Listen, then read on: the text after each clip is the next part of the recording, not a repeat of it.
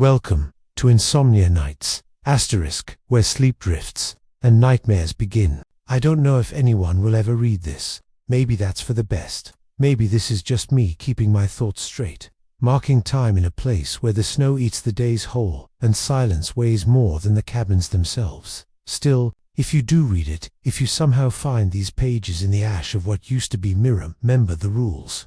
That's the only chance you'll have. But I'm starting too far ahead. Let me go back to the beginning. Back to the day I arrived at the camp.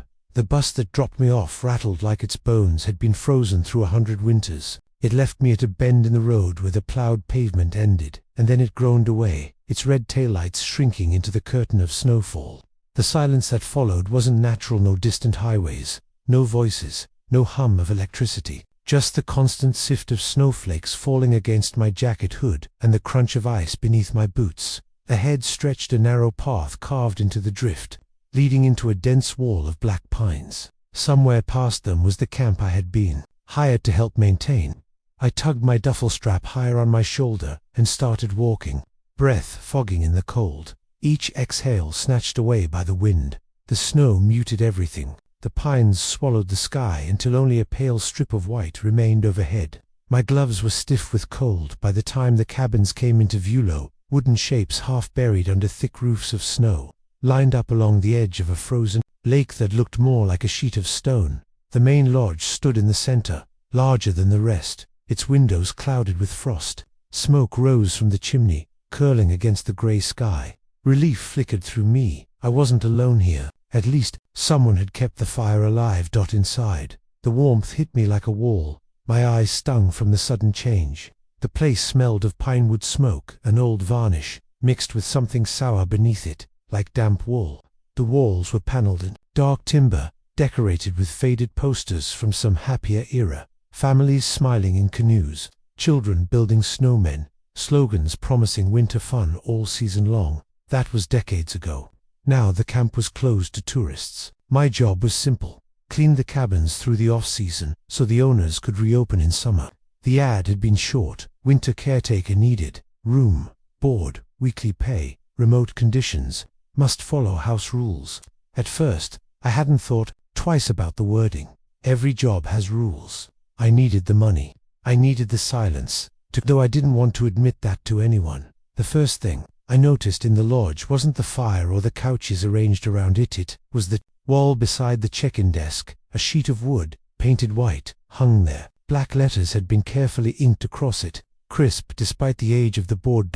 Rules for cabin crew: always sweep the cabins before dark. Never leave the doors open longer than 10 seconds. Do not enter cabin 6 unless you hear knocking twice. Never sweep past midnight. If you hear voices calling from inside an empty cabin, do not answer. Do not look at the windows after dusk. If new rules appear, obey them immediately. I stared at the list, waiting for my brain to catch up with my eyes. They read less like cleaning instructions and more like superstitions scrawled by someone losing their grip.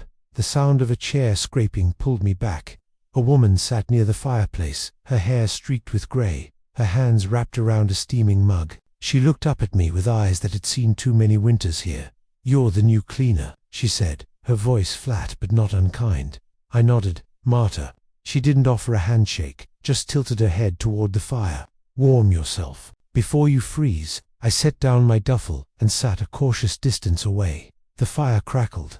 My gloves steamed faintly as the frost melted. Marta didn't talk much. She just watched me, her gaze flicking once toward the rules on the wall. When I finally asked about them, she said only, "They're there for a reason. Don't test them." I laughed awkwardly, thinking she was joking, but she didn't smile. Her silence pressed heavier than the snow outside. Later, I was shown to my cabin, a small square room with a bed, a desk, and a narrow window that looked out toward the forest. The sheets smelled of cedar. The air was colder inside than out, somehow, and the wind threaded through the cracks in the frame. I unpacked slowly, the rules still echoing in my head. Don't sweep after midnight. Don't look at the windows after dusk. What kind of nonsense was this? Probably a hazing ritual for new hires, I told myself. A way to spook the rookies. That night, lying in bed, I thought about the pay, the solitude, and the work ahead. Cleaning cabins in silence for a winter didn't sound so bad. Maybe I'd even come to like it. But as I drifted towards sleep, I heard it, the faintest sound carried across the snow. A knock. 1, 2, from somewhere out among the dark cabins. I told myself it was just the wind, just branches shifting in the cold. But deep down, a sliver of unease rooted itself in me, cold as the frost on the inside of my window. And when I turned on my side, facing the wall, I realized I had done it without thinking, avoiding looking at the window after dusk. The next morning, the snow had stopped, but the silence was deeper than before. I woke to the sharp crack of ice shifting on the lake, echoing like a gunshot across the frozen water. For a moment, I thought it had been a dream. But when I pulled the curtain aside, I saw a jagged fracture running across the surface of the ice, as if something had pressed upward from beneath. I dressed quickly, grateful for the heavy parka that camp had issued me, and made my way to the lodge. My boots sank with each step, leaving perfect prints in the unbroken snow. No wind, no birds, no sound but my own breath. Inside, the fire was already burning. Marta sat at the same spot near the hearth, staring into the flames. She looked like she hadn't moved since last night, though her mug had been refilled. "Morning," I offered. Her eyes shifted toward me, then to the rules on the wall, as though making sure I had noticed them again. "You'll want to read them carefully," she said. "They're stricter than they look." I laughed softly, trying to make light of it. "I saw them last night. Some kind of camp tradition, right? Superstitions to spook the new hire." Her expression didn't change. If anything, it hardened. "You think that?" There was no humor in her tone. She sipped her drink and looked away, and the conversation ended as quickly as it had begun. I crossed the lodge to study the rules again. In the daylight, they seemed less ominous, but the strangeness of them lingered. Always sweep the cabins before dark. Never leave the doors open longer than 10 seconds. Do not enter cabin 6 unless you hear knocking twice. Never sweep past midnight. If you hear voices calling from inside an empty cabin, do not answer. Do not look at the windows after dusk. If new rules appear, obey them immediately. The lettering was crisp, clean, as though the ink had been laid down yesterday, but the board itself was all yellowed around the edges, nailed into the wall long before I'd been born.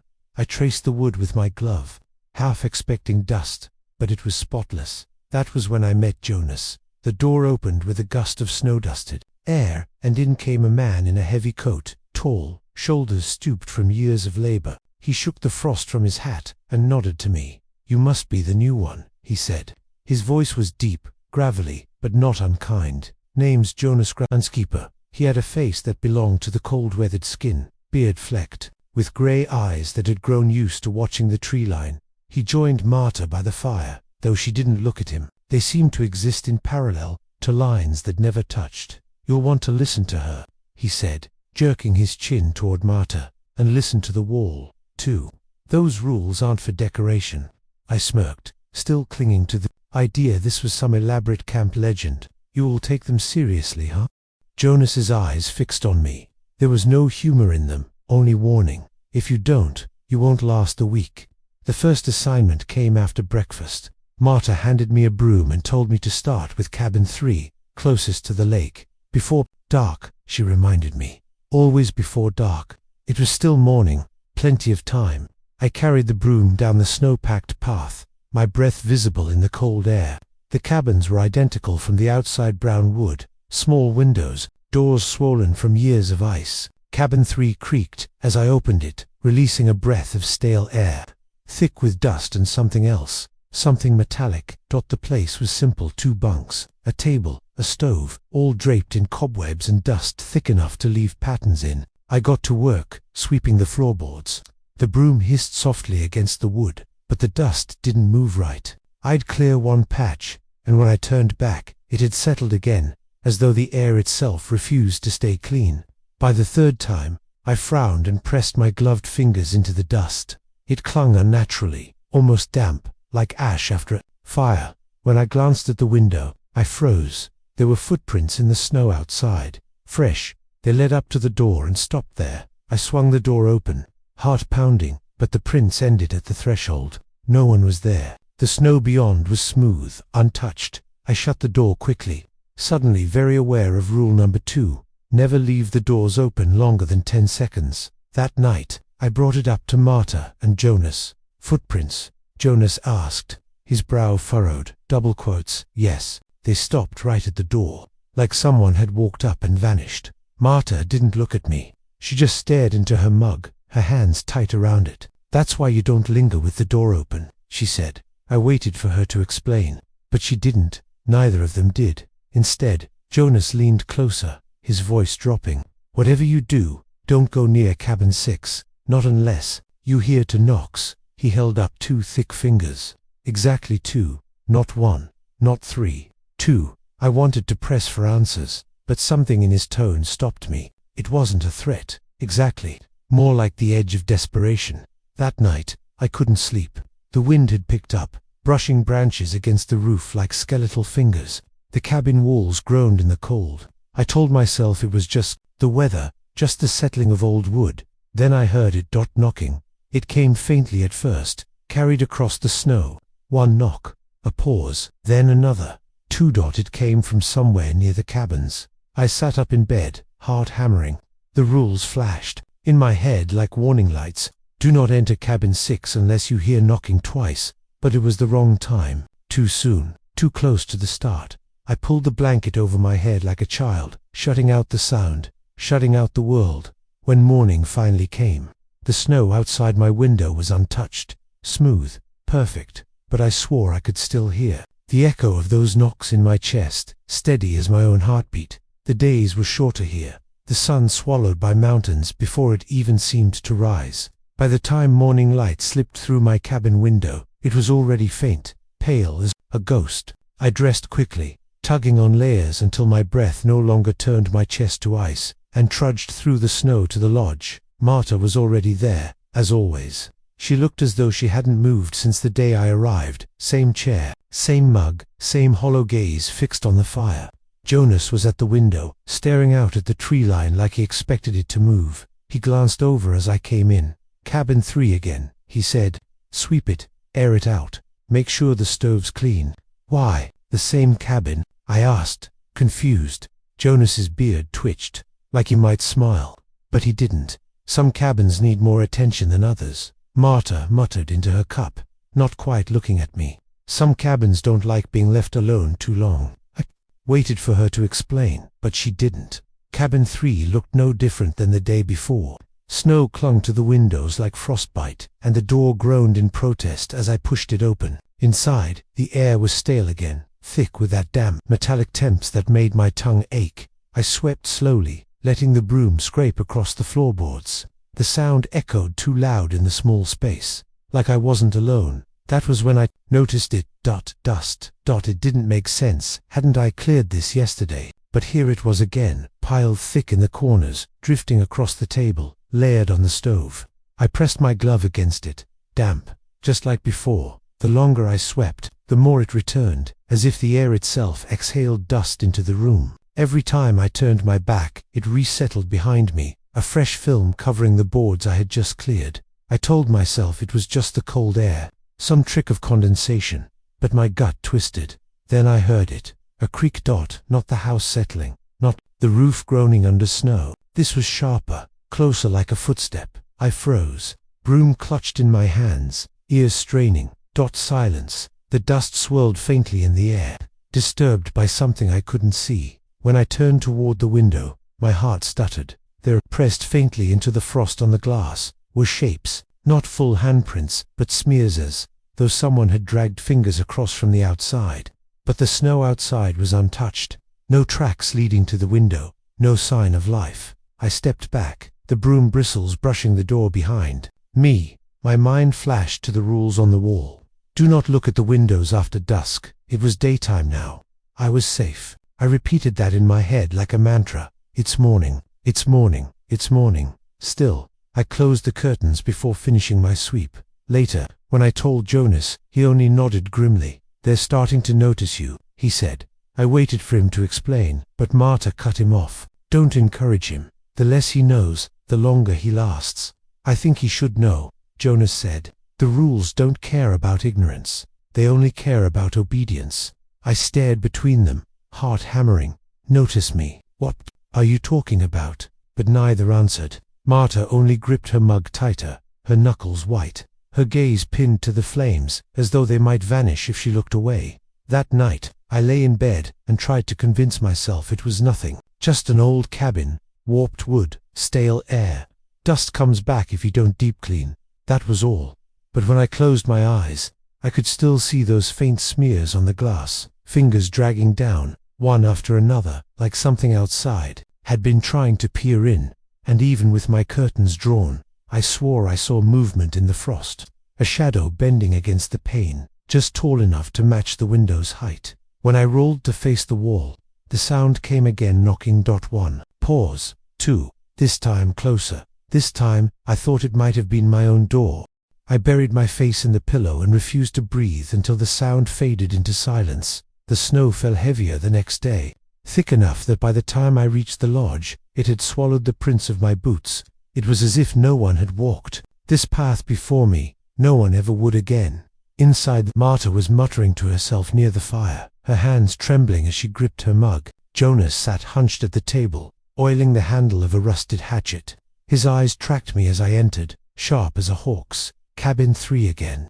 I asked, forcing a smile I didn't feel. Jonas shook his head. Cabin for today. Stoves clogged, and he hesitated, then tapped the wall with the rules nailed to it. Remember, number 1. Always sweep the cabins before dark, I recited. Exactly, Jonas said. His voice was flat, final. Marta didn't speak, but her gaze flicked up, just for a moment, filled with something I couldn't quite place. Fear, pity, maybe both. Cabin 4 was colder than the others. The door resisted me, frozen into the frame, and when I forced it open, the hinges screamed like they hadn't moved in decades. Inside, a sharp stench hit me immediately, a sour, moldy smell that turned my stomach. The stove sat in the corner, its pipe clogged with ice and soot. Dust layered everything, thicker than before, and as I swept, the bristles of the broom left trails through it like scars. I worked quickly, watching the grey sky fade toward evening through the window.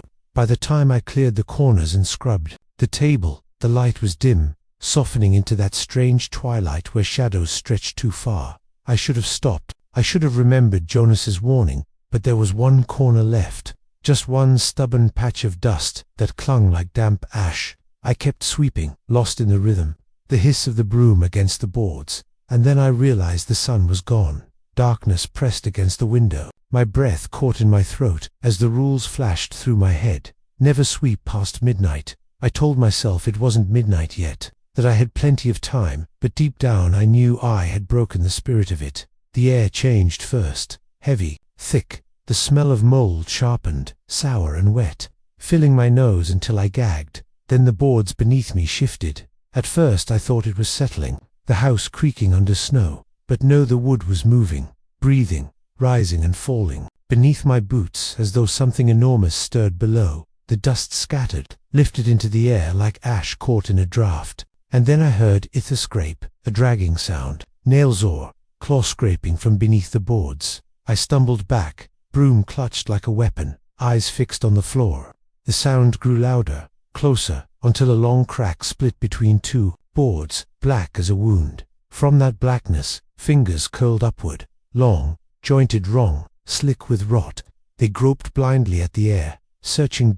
My heart slammed against my ribs. I wanted to run, but my legs refused. The hand gripped the board, pulling, and with a sound like tearing fabric, a figure began to crawl free. It wasn't a person, not anymore. Its body was too thin, bones jutting sharp beneath parchment skin. Its head twisted at an angle no neck should allow, and its mouth hung open, jaw slack, black dust spilling out like smoke. The whisper came next, low, rasping, brushing against my ears like cobwebs. Stay. The thing dragged itself halfway through the floorboards, its empty eyes fixed on me. The boards groaned beneath its weight, dust rising in choking clouds. My body finally obeyed. I bolted for the door. I nearly slammed into Marta. She was already inside, scattering something across the floor, salt, white and sharp against the dark boards. The creature shrieked, a sound that split my skull, and recoiled. Its body twisted back into the crack, vanishing beneath the floor with a final hiss. The boards slammed shut. Dust rained from the ceiling. Silence returned, but it was the wrong kind of silence, thick, charged, full of things unsaid. Marta turned on me, her face pale, eyes burning with fury. "What did you do?" she hissed. I was just finishing. "You swept after dark." Her voice broke, somewhere between anger and despair. "Do you understand what you almost brought through?" I shook my head, trembling, unable to find words. She dropped the bag of salt at my feet and stepped closer, gripping my arm so hard it hurt. "The rules are not suggestions. They are not for decoration. They are the only thing keeping us alive." Here her breath smelled of ash and coffee. Her hands were ice. "If you break them," she whispered, "something will always come." Back at the lodge, Jonas listened in silence. His eyes were unreadable, but when Marta finished, he gave me a single nod. "You're lucky she was there," he said. "Next time, you might not be." I sat near the fire, shaking, staring at the rules until the letters burned behind my eyes. "Never sweep past midnight." I had thought them silly, archaic. Now they felt like shackles. Marta sat across from me, her face half hidden in shadow. She didn't look at me again that night, but I could feel her words etched into me, heavy as stone. The rules weren't warnings, they were promises. That night in my cabin, I couldn't close my eyes. Every creak of the boards beneath me made my skin crawl. I kept the salt Marta had given me on the desk. The bag crumpled, but near at hand. When the wind howled against the roof, I swore I heard it again, the whisper. Stay. It wasn't inside, not yet, but it was waiting. The snow outside thickened into a white curtain the following morning. I woke to the sound of wind rattling my cabin windows like bony fingers tapping for entry. My breath puffed visibly in the cold air, and for a moment I lay still, staring at the ceiling, remembering the thing that had dragged itself halfway through the boards the night before. It hadn't been a dream. My throat still carried the sting of salt dust, and the bag Marta had pressed into my hands sat heavy on the desk. When I finally gathered the courage to step outside, I found Jonas waiting. He leaned against the porch post, pipe clamped between his teeth, though it wasn't lit. His eyes swept over me, as if checking I was all there. "You're pale," he muttered. "I didn't sleep." "Good," he said. "Means you're learning." He didn't wait for me to ask what he meant. He just walked toward the lodge, boots crunching in the snow, leaving me to follow. Inside, Marta was already stoking the fire, her face drawn, dark circles bruising the skin beneath her eyes. She looked older than yesterday, older and heavier, like something unseen was pressing down on her. Jonas poured himself coffee and sat. The silence stretched, broken only by the hiss of wood catching flame. Finally, I asked the question that had been gnawing at me since last night. "What are those things?"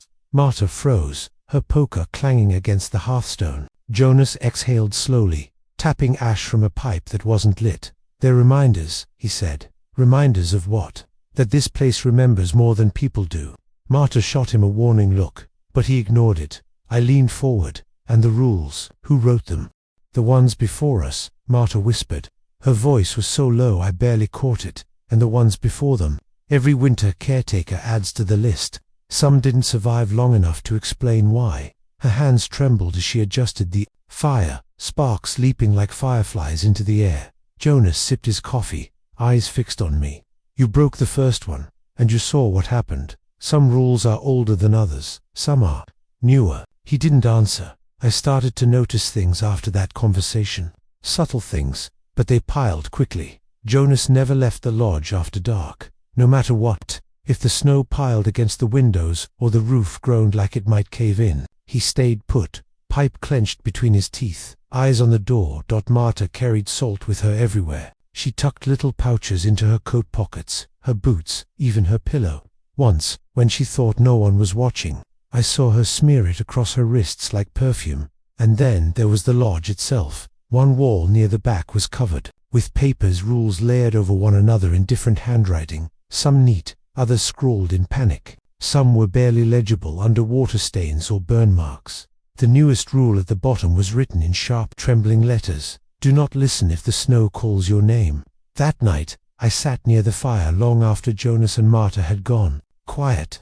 The flames cast shadows that danced on the rules, twisting the words into shapes my eyes couldn't follow. And then I heard it, a voice, faint, muffled, almost hidden in the howl of the wind outside. It whispered my name. I froze, my heart hammering. It came again. softer this time, stretched thin by distance. Daniel, I pressed my hands against my ears. It didn't help. The voice wasn't outside. It was inside the walls, curling like smoke through the wood. Daniel, I stumbled to my room and slammed the door. For hours, I sat on the floor, staring at the window where snow pressed thick against the glass. My name came again and again, each time weaker, but sharper too, like a hook tugging at my insides. When I woke in the morning, I couldn't remember falling asleep. My throat was raw, like I'd been whispering back. At breakfast, Marta studied me closely. "Did you hear it?" she asked. I nodded. "Did you answer?" "No," I said. My voice shook, but I held her stare. She exhaled, shoulders slumping. "Good. Don't ever answer. It's not the snow. It's what hides in it." Jonas scraped his chair back, muttering under his breath, but I caught the words. For now, I wanted to demand more, to know what they weren't telling me. But something in the way Marta's hands shook as she buttered her bread stopped me. The days blurred after that. I cleaned more cabins, each one worse than the last. Some smelled of rot, others of mildew and ash. In one, I found children's shoes still lined neatly by the bed. In another, a mirror covered with a sheet so old it crumbled when I touched it. I swept them all before dark, salt in my pocket, rules burning in my head. Still, the voices came at night. Sometimes just my name, sometimes words I couldn't make out. Always from the snow, always hungry. Marta grew quieter, Jonas sharper, angrier. The camp itself seemed to lean in, listening, waiting, and I began to wonder not just what the rules were protecting us from, but who had written the newest ones, because the handwriting on the last note, the one about the snow, looked fresh, too fresh, and I couldn't shake the feeling.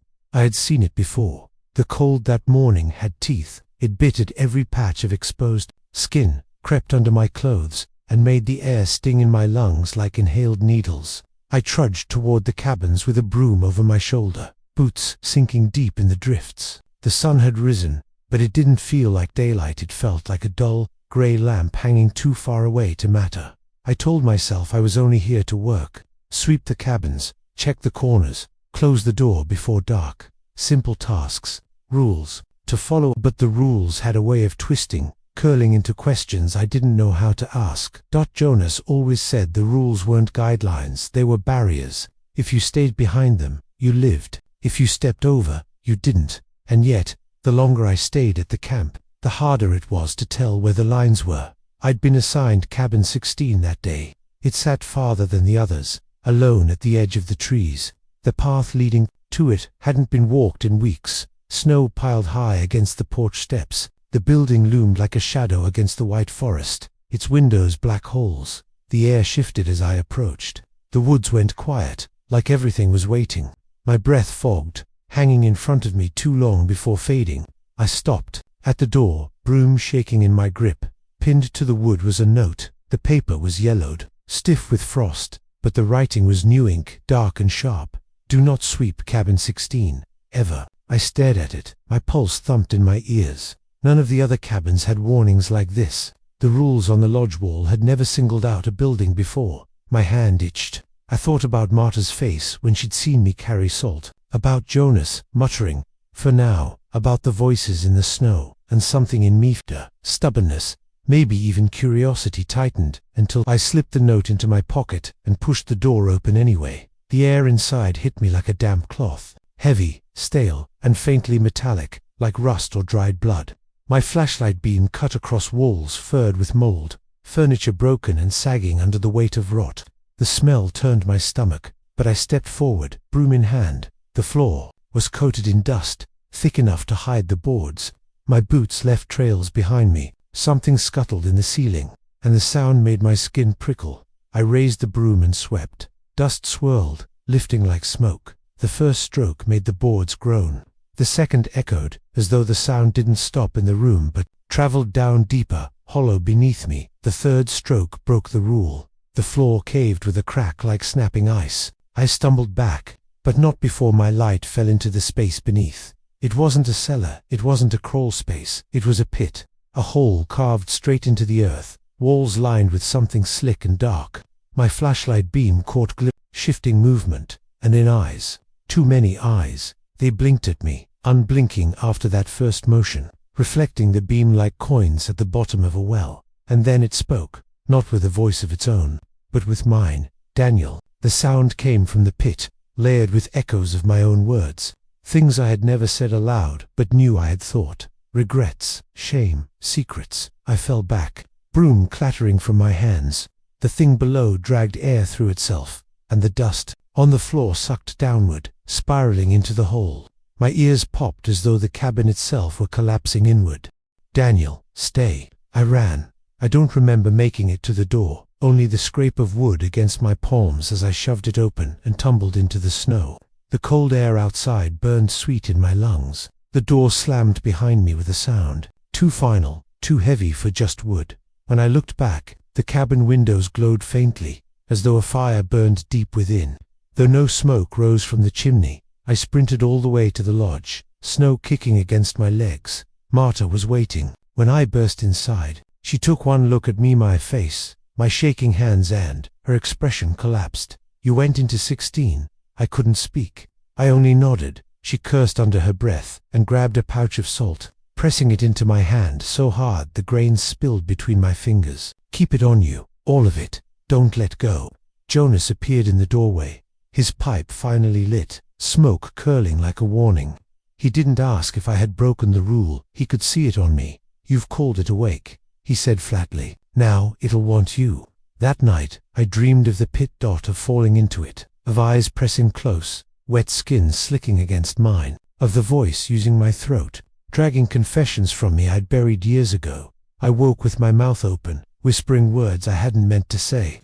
Marta sat beside my bed, holding a candle, her eyes hollow. You'll have to survive it, she said quietly, because once a rule is broken, the thing tied to it doesn't let go. I wanted to ask what it was, but my voice failed, because outside the cabin, in the hiss of the falling snow, I already heard my answer. It was my voice, and it was laughing. The camp felt different after cabin 16. I'd walked the same paths for weeks, boots crunching the same crust of snow, wind sighing through the same trees. But after that day, every step felt watched. The silence wasn't silence anymore, it was listening. The rules on the lodge wall seemed heavier when I looked at them, as though they weren't just written instructions but binding contracts. Every line hummed with threat. Close the doors before dark. Sweep only once. Do not sweep cabin 16. That last one had been broken, and I was paying the price. The first change was the wind. I'd always thought of wind as aimless, a restless, wandering thing, but now it carried shape, words, not full sentences, not always clear, but whispers that snagged against my ears and wormed down into my chest. Sometimes it called my name, sometimes it repeated things I thought privately, dredging them up like secrets spilled to the snow. But the worst was when it laughed. That sound followed me from cabin to cabin, skittering through the bare branches like children at play. That laugh was always mine, that Marta noticed first. We were sweeping cabin 8 together, her bent with focus, mine distracted, broomstroke shallow. The fire had long since died in the stove, but I couldn't bring myself to close the door, needing the open sky as a reminder the world hadn't shrunk to this camp alone. She stopped mid-sweep, her hand clamping my wrist. You hear it, don't you? I froze. The wind, her jaw tightened. It's not the wind. Not anymore. Her eyes flicked to the doorway, then back to me. It wants you. It'll try to wear you down first. Don't listen. But how could I not listen when it used my voice? That night, the whispers grew bold. I lay in bed, staring at the rafters. The sound of Jonas's steady snores across the room. Snow tapped against the window like fingers. Then I heard it. Daniel, wake up. The voice wasn't outside. It wasn't in the wind. It was at the window, muffled only by a pane of frost-glazed glass. I turned my head slowly. There I was, my reflection, except not. It was me, pale and sharp, lips moving in rhythm with the voice, eyes dark, hollow. Come outside. It's better here. My chest locked tight. I reached blindly for the pouch of salt Marta had given me, clutching it in my fist. The reflection tilted its head, smile stretching wider than mine ever could. Then it leaned closer until its forehead pressed against the glass, that the frost melted around it, dripping down like sweat. Opened the door. Daniel. The words scraped like broken teeth. I pulled the blanket over my head and didn't move until dawn. Jonas didn't mock me the next morning. He only studied my face as I avoided the window, my hands still shaking. "You've seen it," he said, voice low. I didn't answer. He puffed his pipe, exhaled smoke like a priest might, incense. "The wind carries them, the echoes. The camp isn't empty, it never was. The rules keep them bound, but break one, and they find their way through." He looked at me hard. "You made a doorway." The snowstorm came that afternoon. It rose fast, blotting the sky with tumbling gray. The cabins vanished in the white. The lodge groaned as the drifts piled high against its walls. We were trapped inside. Marta stayed near the stove, feeding it every scrap of wood she could find. Jonas smoked until the air was thick, muttering under his breath, words too soft to catch, and I sat with the salt pouch in my lap, listening to the storm speak. The whispers threaded through the wind, louder than before. They circled the lodge, scraping along the walls like claws. "We're waiting. We're waiting. Come outside." The fire hissed, sparks leaping as though answering dot. Then came the knock. At first I thought it was the storm ice or branches striking the wood, but the sound was deliberate, rhythmic. 3 knocks. Pause. 3 more. Jonas stiffened. Marta went pale. "No one answers," Jonas said firmly, his voice cutting through the storm. "Not until the wind passes." The knocks came again, louder. And then the voice joined them. "It's me, Daniel. Let me in." It was Marta's voice this time. I turned to her. She sat frozen by the fire, lips pressed tight, eyes wide. She wasn't speaking, but outside the door, the sound was hers exactly, pleading. "Please, Daniel, please let me in." The broom fell from my grip. My feet moved without permission, dragging me toward the door. Marta screamed, leaping up, slamming her hand against the wood before I could touch it. "Don't you dare," she hissed. Her face was so close to mine, I could feel her breath. Her nails dug into my wrist hard enough to bleed. The knocking stopped, and then, in perfect unison, the whispers outside said, "Next time." The storm broke by morning. The world outside was blinding white, snowdrifts taller than my waist, but the camp was wrong. Where the wind had pressed hardest against the lodge wall, symbols had been carved into the snow, circles within circles, jagged lines, shapes like eyes that never closed. I didn't recognize them, but Jonas did. He looked once, then turned away, his hands shaking too much to light his pipe. "They know your name now," he muttered. "You'll hear them clearer every day." That night, I didn't sleep at all, because the wind didn't whisper anymore. It spoke, and every word it said. I understood Marta had always been guarded, but after the storm, she became something else entirely. She watched me the way a hawk watches a rabbit, eyes sharp, movements measured. She barely slept, and when she did, it was in a chair with her boots still on, broom leaning against her knee like a weapon.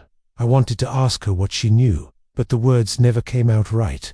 Every time I opened my mouth, the wind seemed to stir, curling against the window with a hiss, as if reminding me they're listening. Still, it couldn't wait. It was Jonas who forced the issue. We were in cabin 2, sweeping ash from the corners, when he said, "The boy needs to know." Marta, jaw tightened. "He's not ready. He doesn't have the luxury of ready," Jonas snapped, bristles scraping hard against the floorboards. "He's already broken a rule. They've marked him. If you don't tell him now, he'll be gone before the next thaw."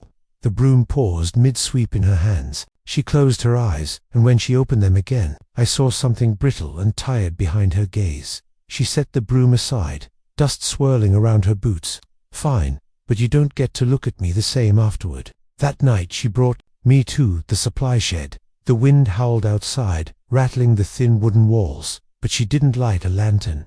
Instead, she pressed a finger to her lips and whispered, "They see better in the light." We crouched in the dark, our breaths fogging the air. Then she handed me a folded piece of paper. "Read it." My fingers trembled as I unfolded it. Inside was handwriting I didn't recognize, sharp strokes, uneven letters. It wasn't a list of chores, it was rules. Rules I'd never seen on the lodge wall. Do not trust the rules you are given. They change when you are not looking. Each cabin has its own keeper. If you anger it, the broom cannot protect you. If you hear your own voice outside, it is already inside. Never, ever follow Marta. My mouth went dry. What is this? Her face was shadowed, unreadable. The real ones, or maybe just another set. The truth shifts here. Daniel, that's why I never wanted you to know. I wanted to laugh, to call it nonsense, but the storm outside moaned, like it was answering. Why would the wall list different rules then? I whispered. Because the wall isn't for us, she said. Her voice cracked, barely audible. It's for them, to keep them amused. As long as we follow, they get their entertainment. Her hands shook as she gripped the edge of the paper. I wasn't supposed to show you this. If they find out. The words broke off, swallowed by the wind. I didn't sleep that night. I stared at Marta from across the room, Jonas's snores filling the silence between us. Never, ever follow Marta. Why that rule? Why her? Her shoulders were tense even in sleep, her hand resting on the salt pouch tied to her belt. She looked fragile in that moment, nothing like the woman who barked orders in daylight. But the rule gnawed at me. If I couldn't trust her, who could I trust? The first test came the next morning. We were sent to cabin 11, the farthest one, half buried in snow and shadowed by a line of skeletal pines. The door groaned when Marta pushed it open, a sharp smell of mildew and smoke flooding out. I was sweeping near the back room when I heard it. Daniel, my name, soft, urgent. I froze, broom bristles brushing the floorboards. The voice came again, from the dark hallway. Daniel, come here. It was Marta's voice, but she was in the main room, back turned, humming under her breath as she scrubbed the windowsill. I gripped the broom tighter, my knuckles white. Never ever follow Marta. The sound was so close now, whispering from the half-open door at the end of the hall. My breath fogged the air in front of me. Daniel. The other Marta's voice was sharper this time. Please, hurry. The real Marta's head snapped up at the same moment, eyes narrowing. She strode toward me, boots crunching on the floor. Don't open that door, she hissed. Her hand grabbed my arm, but the voice behind the door pleaded again. Don't trust her, she's lying. The pressure on my arm tightened. Her nails dug into me, sharp as claws. For a heartbeat, I didn't know which Marta was real. I didn't open the door. She dragged me out of the hallway, fury blazing in her face. She shoved me into the snow outside, slamming the cabin door shut behind us. What did you hear? She demanded, her breath ragged. It was you, I whispered. It sounded exactly like you. Her face fell, pale as the snow. They're adapting faster than I thought. She muttered, then softer. Daniel, if you start seeing another me, don't hesitate, don't talk, don't listen, just run. Jonas didn't seem surprised when we told him. He only nodded, pipe smoke curling around his beard. They'd been trying that trick for years, he said, voice rough. But if they've taken her voice, then the rules aren't holding as tight as before. You've stirred the nest. I wanted to ask how long he'd known Marta's rules, if he had his own. But he only clamped his pipe tighter between his teeth, and muttered something I couldn't hear. That night, he wouldn't look at either of us. The whispers didn't stop. If anything, they grew hungrier. Now they didn't just use Marta's voice. Sometimes they used Jonas's. Sometimes they used mine. I caught my reflection in the frost again, grinning when I wasn't. My voice hissed back at me. Don't trust her. Don't trust him. Trust me. Every rule was starting to splinter. Contradictions tearing at the edges of reality. But the one I couldn't shake, the one that pressed on me hardest, was the fourth. Never, ever follow Marta. Because now, more than ever, I wanted to know where she went when she thought no one was watching. I tried to obey the rule. I told myself I would. But once it's in your head, never ever follow Marta. Gnaws like a splinter under the skin. Every step she took after dark seemed to echo louder. Every glance toward the tree line felt like a secret daring me to look. I lasted 2 nights. Then the storm broke, and with it, my resolve. Marta thought I was asleep. She rose from her cot, quietly, boots already laced.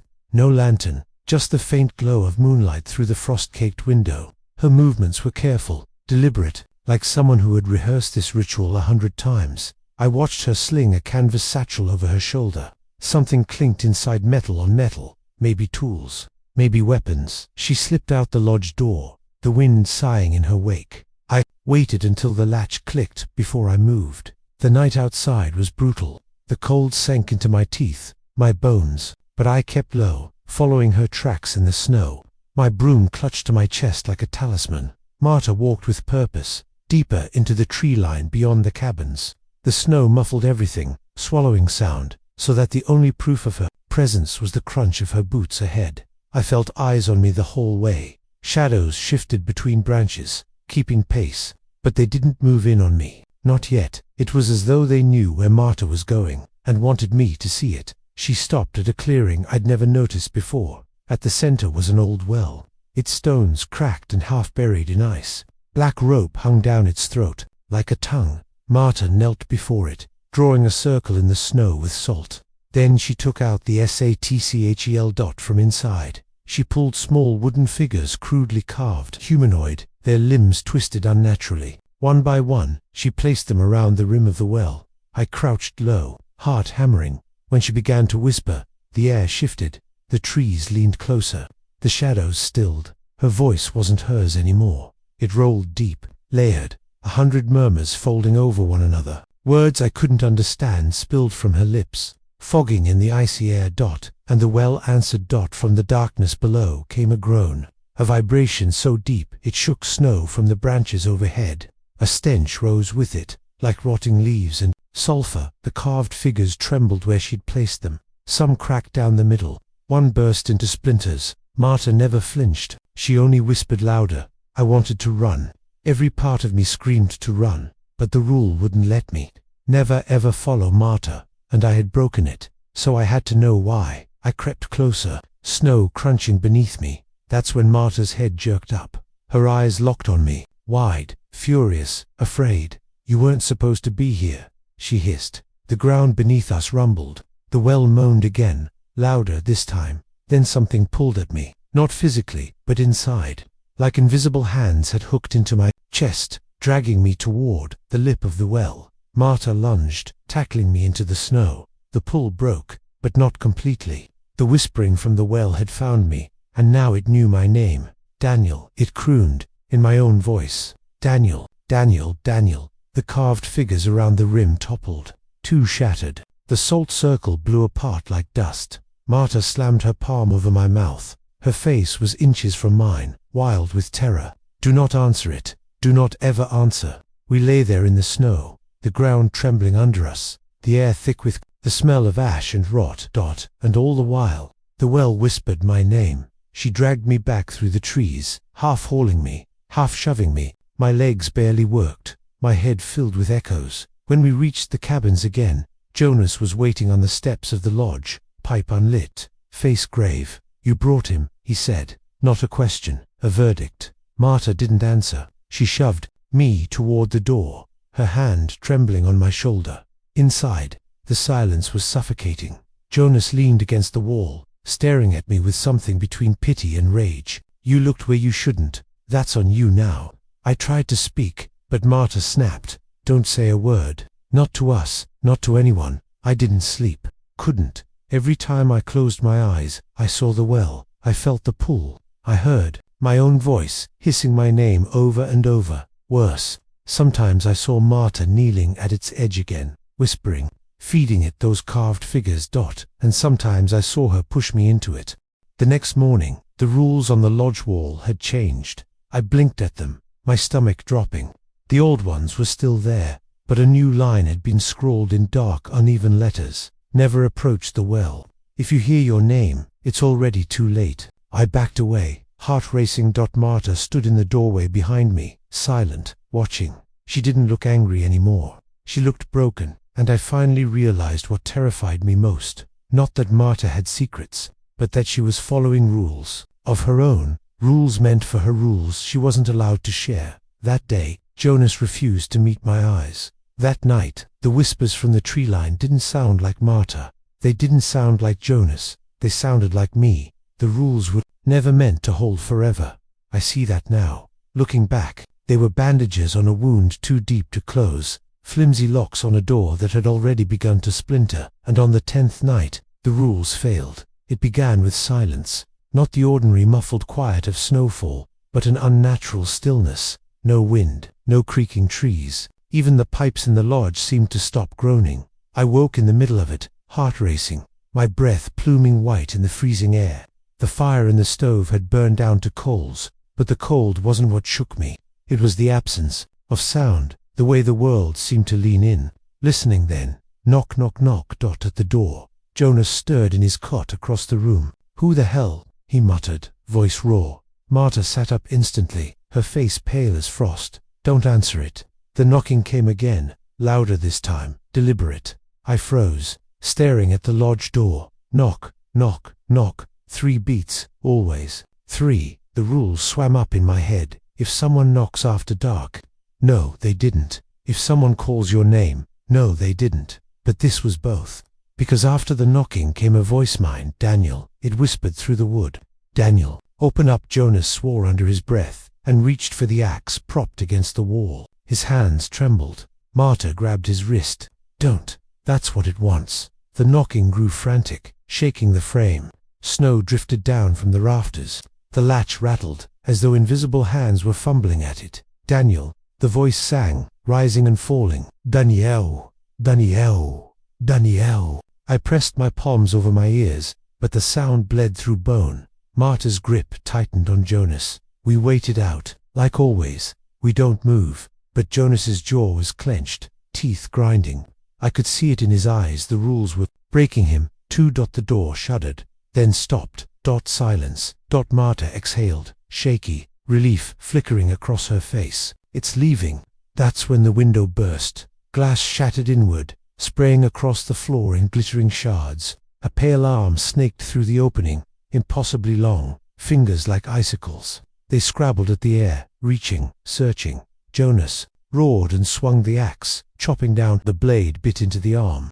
Instead of blood, black smoke poured from the wound. Thick and choking, the arm withdrew, writhing, vanishing into the storm outside. But in the smoke, I heard voices, not one, dozens, hundreds, all whispering the same thing. Our turn. The lodge shook, not like from wind, not from snow sliding off the roof. It was deeper, pulsing through the foundation, rattling dishes on the shelves. Jonas slammed the shutters, closed, coughing in the smoke. His face was streaked with sweat despite the cold. Marta grabbed my arm. We can't stay. It knows we're here. The rules, I started.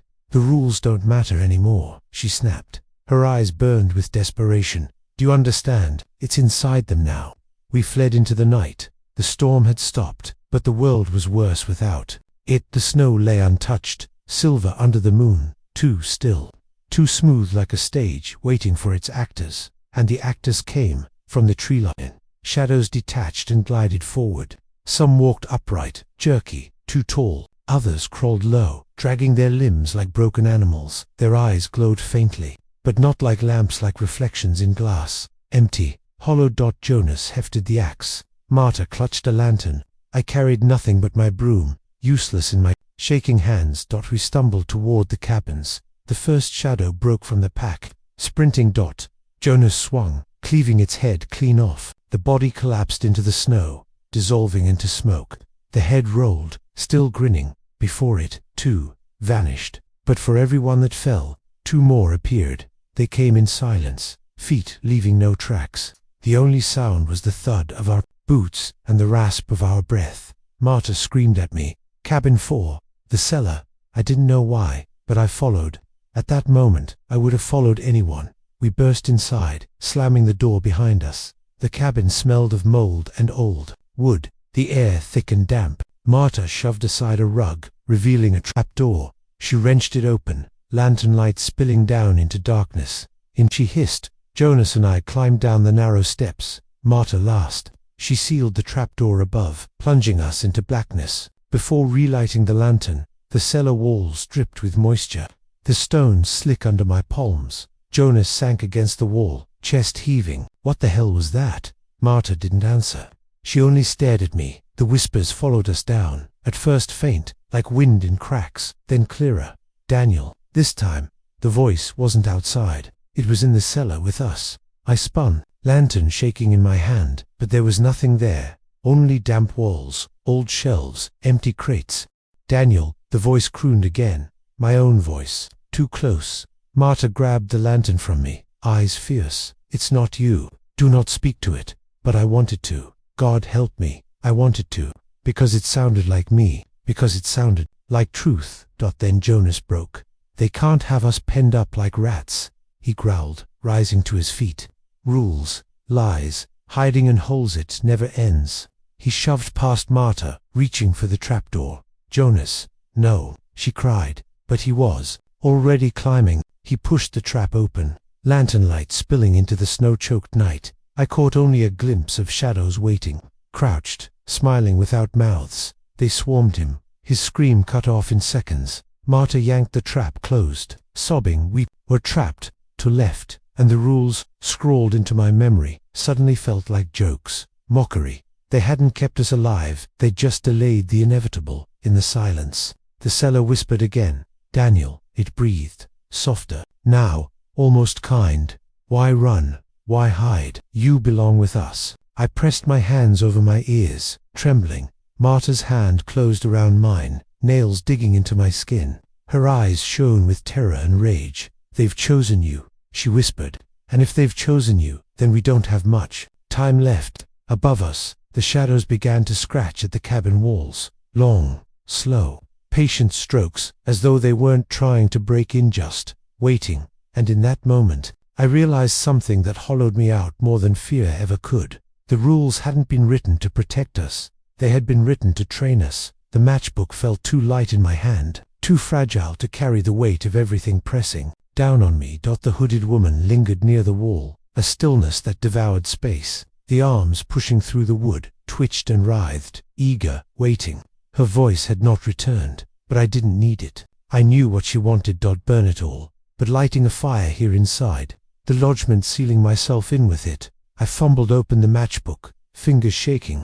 The first match snapped uselessly in half. The second flared, sulfur biting my nostrils. The light revealed the rules again, smeared across the wall in that dripping ink. Only the last line remained. If you are reading this, you are the last. The hooded woman's faceless gaze bored into me. The arms thrashed harder, splinters flying as the walls began to crack. I dropped the match into the kindling piled in the stove. Flames caught instantly, racing up like they'd been waiting. The lodge shuddered. The scratching outside rose into a shriek, a chorus of inhuman voices wailing from the tree line. The flames roared higher, licking across the ceiling beams, devouring the old wood. Smoke filled the air, acrid and choking. Burning my throat, I stumbled back, toward the door, poker still clenched in my hand, eyes watering.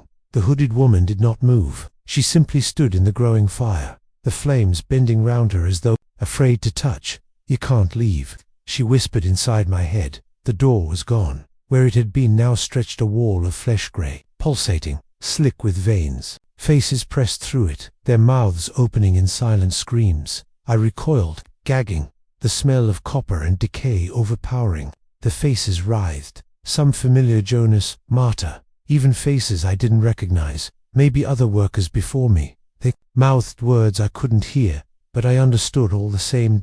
Stay. I bolted for the window, throwing my shoulder against the glass. It shattered, snow and icy air rushing in. I dragged myself through, cutting my arms on jagged edges, landing hard in the snow outside. The camp was alive.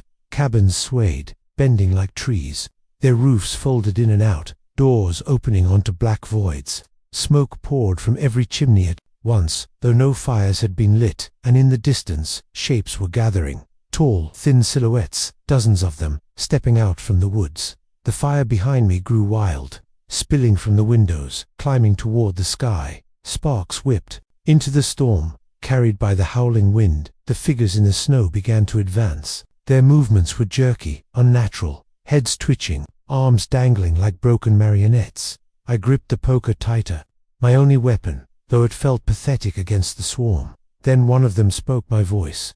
Don't fight us, we're already inside. They surged forward. I swung the poker wildly, the iron connecting with one of their skulls. It caved in too easily, the body collapsing into black ash that hissed on the snow. But the others didn't slow. I ran, boots slipping, lungs tearing, heart hammering like a drum. The storm howled, snow slicing my face, but I pushed on, weaving between cabins that groaned and shivered as though alive. Behind me, the lodge blazed a tower of fire against the night. The rules echoed in my mind. Every line, every warning. Never go into the woods after dark. Never answer the knocking. Never sweep the dining hall after dark. If you hear them above you, stay still. If one of you falls, don't look back. And the last one, if you make it to dawn, burn this place down. I had lit the fire. Now, all I could do was last. I reached the edge of camp. Beyond it, The woods loomed in endless sprawl of trees, blacker than the night sky. I hesitated. The first rule had been clear: never go into the woods after dark, but the camp was collapsing behind me. Cabins folded into themselves, sparks spiraling upward, screams twisting in the smoke. The woods were no safer, but they were the only place left. I stepped forward. The trees closed in immediately, their trunks too close together, branches clawing at my coat. Snow muffled the world, every sound swallowed except for the crunch of my steps. But I wasn't alone. Shadows moved between the trees, pacing me. Sometimes they darted ahead, vanishing just out of sight. Other times they lingered behind, letting me hear the soft drag of their limbs. And sometimes, I swore, they breathed in my ear. I stumbled into a clearing. In the center stood a totem carved from ice, taller than any man. Its surface shimmered, etched with symbols I didn't recognize, twisting patterns that hurt to look at, and nailed to its surface, frozen into the ice, was Marta. Her eyes were open, but glassy. Her lips moved, soundless. I fell to my knees, choking on grief and terror, but the wind carried her words anyway, soft and broken. You shouldn't have left me. The figures emerged from the trees, circling the clearing. The hooded woman was among them now, her faceless presence unmistakable. She stepped closer, and though the snow swirled wild, not a flake touched her. Finish it. Her voice pressed into my skull. The totem pulsed with a sickly light, as though something inside it was alive. The rules had led me here, I realized, not to escape, but to complete whatever cycle this place demanded. Burn the camp, feed the woods, keep it alive. The fire from the camp reached the tree line. Through the trees, I could see the orange glow spreading, flames devouring everything in their path. The creatures shrieked, their forms unraveling as the fire crept closer. The hooded woman tilted her head toward the blaze. Now you understand. I staggered back, snow soaking through my clothes, the poker slipping from my hands. I understood too. Well, the rules hadn't been warnings. They'd been instructions, and I had followed every one, which meant I had played my part. The fire swallowed the woods, the heat blasting against my face. The totem cracked, splintering, Marta's frozen body shattering into shards of ice that scattered like glass. The hooded woman's form dissolved into smoke. The shadows screamed and withered, burning into nothing. The storm roared louder, the sky tearing open above me, and through it all, I realized the truth. The rules weren't just for me, they were for the next one. I couldn't tell if the sound was coming from the wind or from inside the walls. The lodge was groaning, beams flexing as if something massive pressed against them. The air smelled of dust and old wood smoke, the kind of scent that clung to your clothes long after you left a cabin. But layered beneath it was something new, something damp, metallic, almost like rusted blood. I tried to steady my breathing. My hands shook as I traced the words scrawled across the lodge wall, the rules I thought I had memorized. They were darker now, the ink seeming fresh, almost glistening in the lamplight, except they weren't the same. The list was longer than before. At first I thought my mind was playing tricks on me, that exhaustion was twisting my memory. But no, there were new rules written beneath the old ones, the handwriting just as jagged and frantic. I counted them. 13. There had only been 12 before. The final one was smeared, like whoever wrote it had been in a hurry, or maybe bleeding. I squinted through the dim light, trying to make out the words. If you are reading this, you are the last. My stomach dropped. The storm outside rattled the windows, snow pelting against the glass. But it wasn't the storm I was listening to anymore. It was the silence between Gusta's silence that felt crowded. The poker I carried felt suddenly useless in my grip. My knuckles ached from holding it too tight, but I couldn't make myself let go. I wanted to call out, to hear another voice in this frozen tomb, but there was no one left. Jonas was gone. Marta was gone. Everyone who might have answered me had been taken, or worse. The rules weren't just guidelines, they were a prophecy. A sound broke the silence, not the knocking, not the scraping. This was softer, a shuffle of movement, deliberate, just beyond the lamplight's reach. I turned toward the far corner of the lodge, poker raised. Shadows clung to the walls, stretching longer than they should have, bending at wrong angles. And then she stepped forward. The woman in the hood, she was taller than I remembered, her cloak brushing the warped floorboards as though it floated. The hood still hid her face completely, a black void where features should have been. The air bent faintly around her, like heat rising off asphalt in summer. But this wasn't summer. This was the dead of winter. You read it, she whispered. Her voice wasn't carried by her lips, it slid into my skull, threaded between my thoughts. You know what it means? My throat locked. What are you? Her hood tilted, as if the question was meaningless, or maybe as if she had been asked it too many times before. You don't need to know, she said. You only need to follow. She raised one pale hand, the skin stretched thin like parchment. Her finger pointed toward the wall where the rules bled. That last line is not a warning, she said. It is an order. My eyes flicked back to the wall. If you are reading this, you are the last. I wanted to tear it down, to scrub it away, to deny it. But my gut twisted with the truth. I was the only one left. Why me? The words slipped out before I could stop. Then the woman tilted her head again, then drifted closer. I staggered back, hitting the stove. The iron hissed faintly, not from heat but from the dampness of my sweat against the cold metal. Her presence pulled the air from the room. Every breath tasted like ash. Because you obeyed, she said. Obeyed. The word rattled around in my mind. She was right. I had followed the rules, even when they didn't make sense. Even when they cost me more than I wanted to admit. The thought hit me all at once. Maybe the rules hadn't been about keeping me alive. Maybe they had been shaping me, preparing me. The woman stepped aside, her cloak brushing the wall. Where her hand had pointed, the ink of the rules began to spread, twisting into shapes I didn't recognize. Letters bent into symbols, symbols into something older, darker. The wall pulsed faintly, like a heartbeat. Then the sound began, scratching, deep within the walls, multiplying fast. It wasn't mice. It wasn't the wind. It was hundreds of nails dragging down wood. Thousands of tiny claws fighting to get free. The boards began to bulge, splinters snapping loose. The sound became a chorus. Voices layered over the scratching moans, laughter, sobbing, chanting. The wall split, and through it, pale arms began to push. I staggered back in horror, poker raised uselessly. The arms were long, too long, there, joints bending backward, fingers groping blindly. Dozens of them pushed through the cracking wood, reaching into the lodge. One hand brushed the stove. The skin blistered instantly, but the arm didn't recoil. It kept reaching, desperate, hungry. I swung the poker, slamming it into one of the hands. It burst into black ash that scattered across the floor. But 3 more hands pushed through to replace it. The woman's voice pressed into my mind again, calm, unshaken. They are here for you, unless you finish it. Finish what? I shouted, choking on the smell of rot and smoke.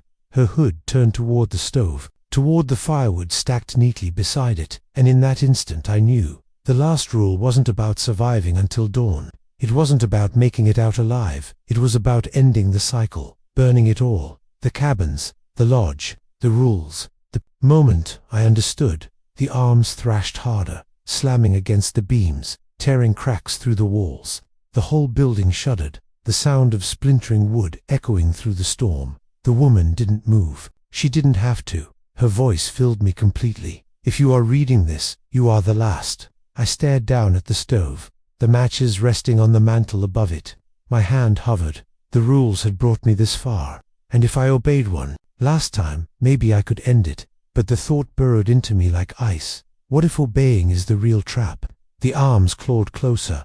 The storm shrieked. The firewood waited. And all I could do was decide. The cabins burned like torches against the snow. Flames snapped and hissed, smoke curling into the black sky. Heat clashed with cold, choking me in a world that felt both frozen and aflame. Jonas's lantern had fallen, shattering, and the fire spread impossibly fast, too fast for wood so damp and frostbitten. But nothing about this camp had ever obeyed natural laws. The flames weren't just burning wood, they were devouring the rules themselves. I ran. I didn't know where Marta was, didn't know if Jonas had survived, didn't even know if there was an escape.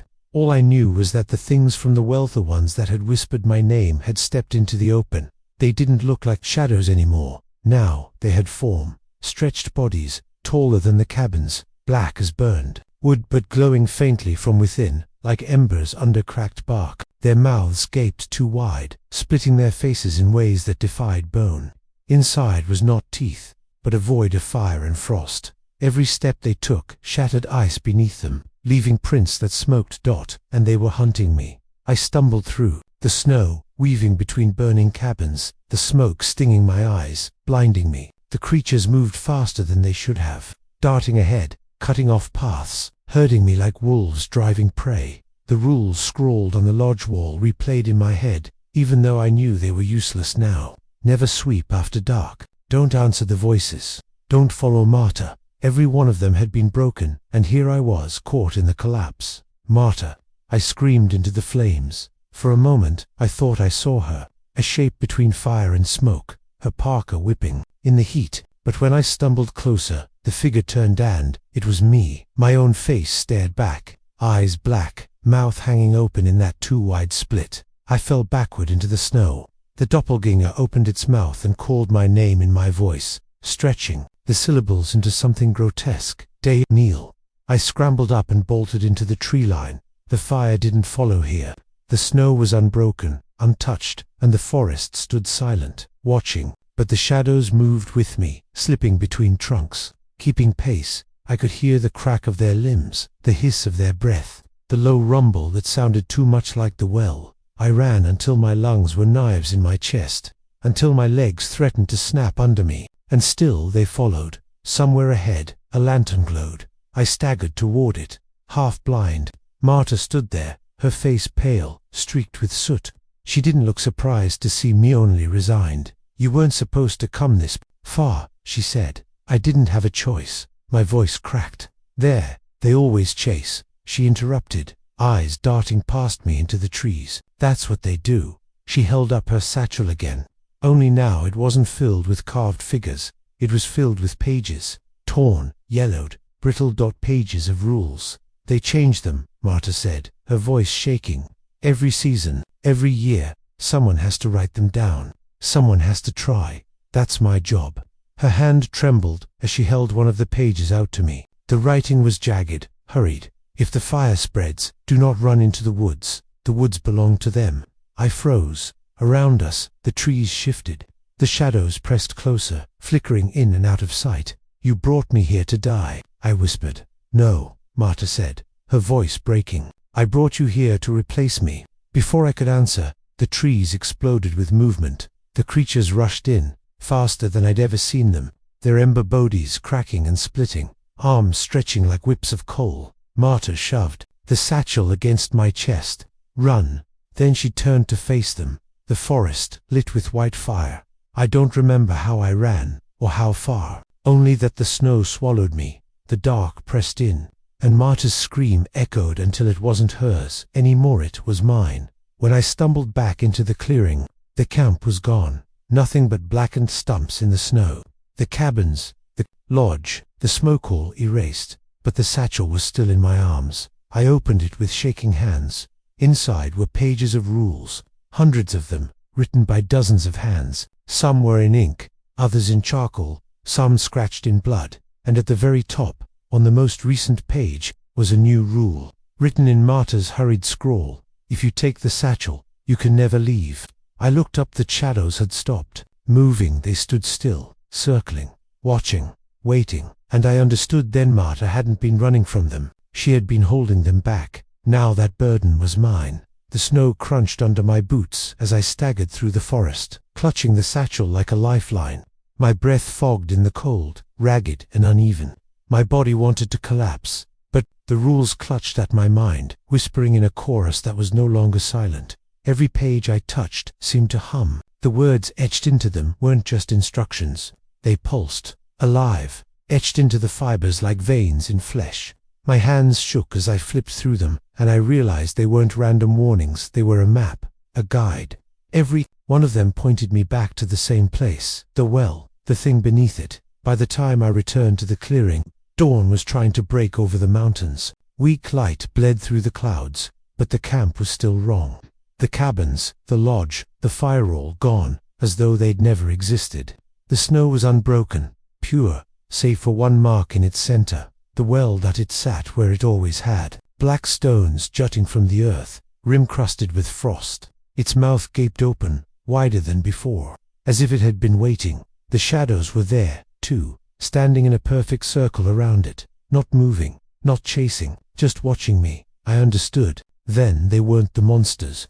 Not exactly. They were keepers, hunters, wardens. The well was the prison, and the rules had been the locks. Now those locks were broken. The satchel felt heavier with every step. The voices in my head grew louder the closer I came to the well. Some begged me to throw the pages inside, to return what had been stolen. Others screamed for me to burn them. A few whispered in tones almost soothing, "Read them all, read them aloud. We'll help you." I dropped to my knees at the edge of the well, snow soaking through my pants, breath catching in my throat. My reflection stared up at me from the black water below, but it wasn't mine. Its eyes were too wide, its mouth split into a grin. The rules had never been warnings. They had been bargains, and I had broken every one. I don't remember making the choice to climb in. One moment, I was kneeling at the edge, clutching the satchel. The next, I was lowering myself down the slick stones, darkness swallowing me. The air grew hot, then freezing, then hot again, like plunging into alternating furnaces and ice baths. My fingers numbed, my arms screamed. Still, I climbed. The whispers became a roar. When my boots touched the bottom, I almost collapsed. The ground wasn't stone or dirt, it was soft, spongy, like walking on skin stretched too thin. The walls pulsed faintly with a dim glow, and ahead, something breathed. It was vast, a shape that barely fit inside the chamber, coiled and folded in impossible ways. Its surface shifted between ice and ember, smoke and shadow, fur and scales. Every time I blinked, it was something else, but the eyes never changed. Two holes burned, in the dark, fixed on me with an attention that felt older than the mountains, older than the snow, older than rules themselves. "You carry the satchel." The voice wasn't sound, it was pressure, a vibration through my bones. "My skull." "Yes," I whispered, though the words scraped from me like broken glass. "You are the keeper now." The shadows from above had followed me down. They lined the chamber walls, silent, waiting, not hunters, not enemies, guards. I pulled a page from the satchel, my hands trembling. It was Marta's last one, her handwriting frantic, streaked with soot. "If you take the satchel, you can never leave." I crumpled it in my fist. "What if I don't?" I asked the thing in the dark. The eyes blinked. The walls of the chamber shuddered, and the ground buckled. "Then they leave." Images flooded my mind. The camp empty, the mountains swallowing the cabins, the snow covering every trace. Then the shadows spilling into the world, walking highways, stepping into homes, circling cities like wolves around firelight. No more rules, no more warnings, no bargains left. Just hunger. I understood now. The satchel wasn't just a record, it was a chain. The rules weren't arbitrary, they were the only language that kept the thing in place. Without someone to hold them, to live by them, it would spread. That was why Marta had smiled so sadly. That was why she had handed it to me. There was no escape. My knees hit the ground. I pressed the satchel to my chest. "What happens if I keep them?" The creature leaned closer, its breath washing over me, hot and freezing at once, reeking of smoke and rot. "You become the voice." The shadows stirred, their ember eyes watching. "You will write. You will enforce. You will die here, and another will come. The rules will change. They always change." I thought of Jonas's lantern, breaking, of Marta's scream, of the endless cabins that no longer existed. I thought of the rules I had scoffed at, the voices I had heard, the broom scraping across the wood floor at night. I thought of myself, cleaning cabins in the snow, grateful just to have a job. Now, I was the warden of something I couldn't name. Maybe it was better than the alternative. I opened the satchel. I pulled out a fresh page. My hand shook as I raised the charcoal stub from Marta's pouch. And in the dark, with the creature watching, I wrote the first of many. Rule 1. Do not forget the fire. The walls shuddered, sealing me in. The shadows bowed. And the eyes closed, satisfied for now. Snow was falling again. At first, I thought it was ash, but when I held my hand out, the flakes melted cold against my skin. The fire was gone, the smoke erased. The forest stood untouched, cloaked in white silence, as if nothing had happened, but everything had changed. The satchel pressed against my chest, heavy as stone. I could feel the weight of the pages, all those rules, all those desperate scribbles, from people who had carried this burden before me. Their voices were in the paper, their fear etched into every shaky line. I wanted to drop it, to leave it there in the snow and walk until I reached a road, a town, anything that wasn't this cursed camp. But when my fingers slackened, the satchel clung to me. My arm refused to open, my muscles locking in place. The strap dug into my shoulder, biting deeper the harder I pulled. I wasn't carrying the satchel anymore. It was carrying me. The shadows didn't chase me now. They lingered, keeping distance, silent shapes between the trees. They weren't hunting, they were guarding. Everywhere I turned, they moved with me, forming a shifting wall, not trapping me, herding me back to the center of the camp, back to the well. The snow was deep, swallowing my boots, but I hardly felt the cold. My body moved without will, the satchel leading me forward. When I reached the clearing, the cabins were gone, burned away, erased as if they had never existed. Only the well remained. The stones around its lip were rimed with frost, but from the depths came a faint glow, the same glow I had seen in the creature's ember-flesh, the same glow that pulsed inside the satchel's pages. My legs buckled. I dropped to my knees before the well, clutching the strap like a lifeline. The rules slipped in my mind, jumbled voices rising and falling. Never sweep after dark, never answer the voices, never look out after midnight, never leave at dawn, never. So many rules, all broken, all bent, all rewritten. And now there was only one left. A page slid free from the satchel on its own, drifting down into the snow in front of me. My breath caught when I read it. Write the new rules. My hands shook. As I dug out the pages, there were hundreds charred corners, smears of blood, frantic words slanting across every surface. I didn't know how many people had held this satchel before me, how many lives had ended feeding this cycle, but I understood. Now. The rules weren't protection, they were chains, instructions to keep the thing in the well fed, rules that made us act in ways that sustained it, that drew it closer, that gave it form, and when someone broke them, the consequences weren't punishment, they were payment.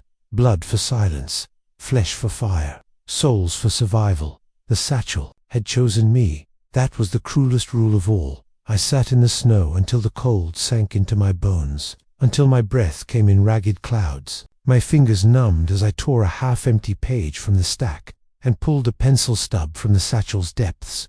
The wood was soft, chewed, worn down by desperate hands before mine. I pressed it to the paper, and I began to write. The first rule came without thought, as if whispered by the trees. 1. If you hear your name in the wind, don't answer. The pencil scratched harder, faster, words spilling out. 2. If you find a cabin unlocked, don't go inside. 3. If the snow falls too quietly, stay awake.